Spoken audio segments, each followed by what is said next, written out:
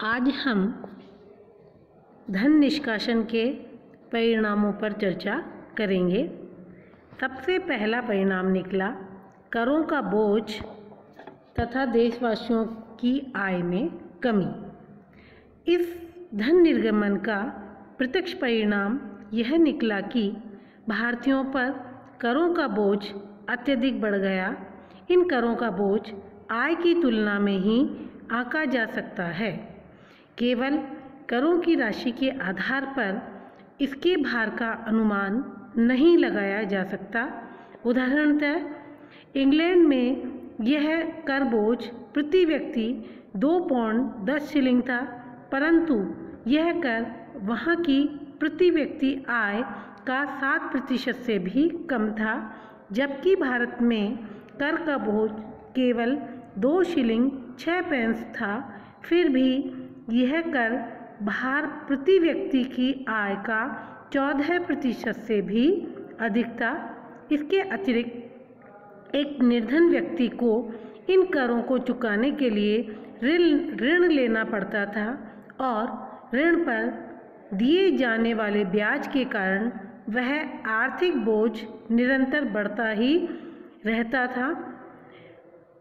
कई बार तो स्थिति बहुत ही असहनीय हो जाती, क्योंकि भारत में वसूल किए जाने वाले इस कर की राशि को भारतवासियों पर खर्च नहीं किया जाता था। आर.सी. दत्त की यह मान्यता सत्य है कि जब एक देश में कर लगाए जाते हैं और इन करों से प्राप्त धन को उस देश में ही खर्च किया जाता है, तो धन को देश में परिसंचरण होता रहता है और व्यापार समृद्ध होता है। इसके अलावा वह धन औद्योगिक व कृषि विकास में भी सहयोग प्रदान करता है। परंतु एक देश में कर लगाकर उसकी आय दूसरे देश में भेज दी जाए तो वह धन संपदा के लिए देश से चला जाता है और देश के व्यापार व उद्योग को विकसित करने में सहायक नहीं होता। दूसरे शब्दों में अगर हम कहें तो वह धन जनता के पास वापस किसी भी रूप में नहीं पहुंचता। संक्षेप में हम कह सकते हैं कि धन का गुणात्मक प्रभाव समाप्त हो जाता है।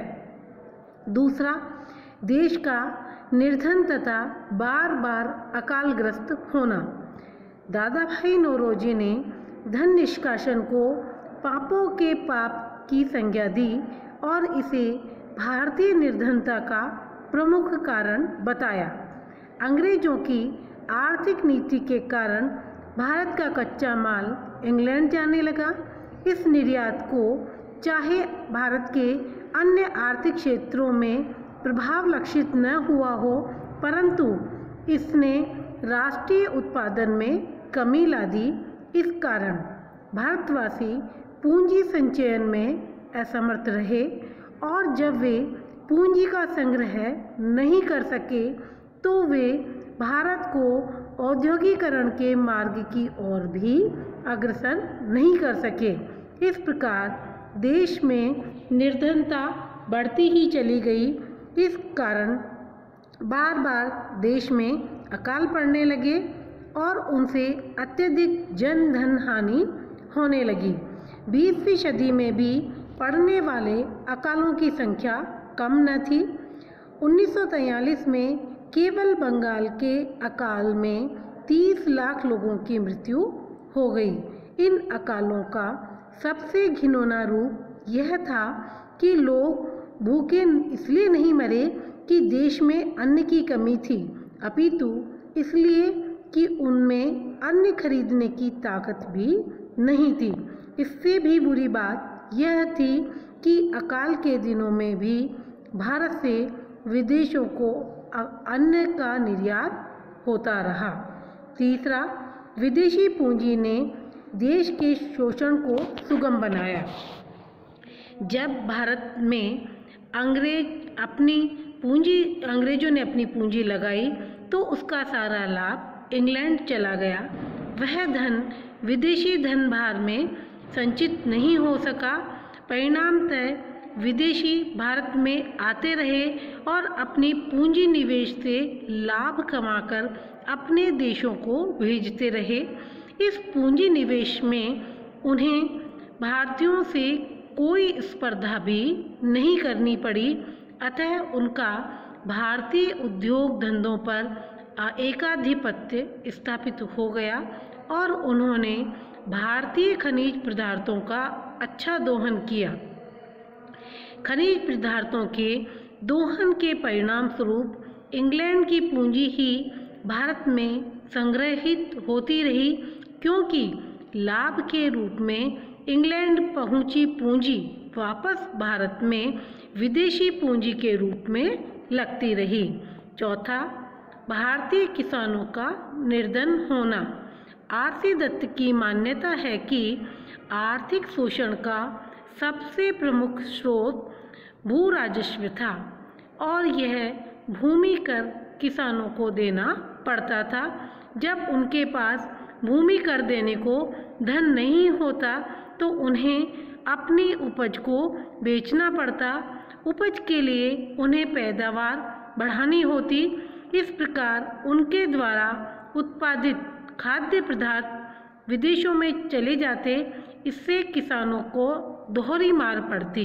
भूमि कर देने में उनकी आर्थिक अवस्था शोचनीय हो जाती और खाद्यान्नों को बेचने व निर्यात करने से उन्हें भूखे भी मरना पड़ता। भूखे मरने के अलावा अधिक उत्पादन से किसानों की भूमि शीघ्र ही प्रभावहीन व बंजर हो जाती और वे अपनी भूमि को रोटेशन प्रणाली के अंतर्गत नहीं जोत पाते थे। पांचवा, भारतीय व्यापारियों को निर्यात हानिप्रद रहना। पूंजी का एक पक्षीय हस्तांतरण भारतीय व्यापारियों को निर्यात में घाटा उठाना पड़ता था।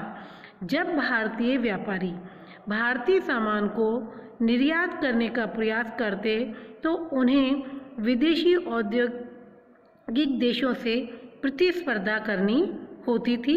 इस प्रतियोगिता में भारतीय व्यापारियों को अपना माल खपाने हेतु अपना माल सस्ती दरों पर बेचना पड़ता था। इसके परिणाम स्वरूप भारतीय व्यापारी भारतीय सामान को निर्यात करके भी अच्छा मुनाफा नहीं कमा पाते थे। छठा, भारत की मुद्रा प्रणाली का नियंत्रित होना। भारत सरकार को अपनी गृह सरकार के बढ़ते खर्चों का सामना करना पड़ता। भारत में मुद्रा चांदी की थी, जबकि इंग्लैंड का स्टर्लिंग एक स्वर्ण मुद्रा थी। भारत सरकार को अपनी चांदी की मुद्रा इंग्लैंड की स्वर्ण मुद्रा की रेट में रखनी होती थी। भारत सरकार अपनी गृह सरकार की बिना अनुमति के अपनी मुद्रा का अवमूल्यन नहीं कर सकती थी। इसके अलावा भारत सरकार को अपना स्वर्ण इंग्लैंड भेजने को बाध्य होना पड़ता था। भारत को इंग्लैंड का सारा धन स्वर्ण मुद्रा में रूपांतरित कर भेजना होता था। परिणामतः भारत का स्वर्ण इंग्लैंड जाता रहा और भारत इस निर्यात को रोकने हेतु अपनी मुद्रा में कुछ भी परिवर्तन करने में असमर्थ था। सातवां, भारतीयों को उच्च सरकारी नौकरियों से वंचित करना। प्रथम तो भारतीयों को उच्च शिक्षा देने की व्यवस्था ही नहीं थी, क्योंकि उन्हें केवल बाबू के योग्य ही बनाना ब्रिटिश सरकार का उद्देश्य था। प्रतियोगी परीक्षाओं में बैठने की उम्र कम तथा परीक्षा केंद्र लंदन रखा गया। इस कारण भारतवासी प्रतियोगी परीक्षाओं में से वंचित रखे गए।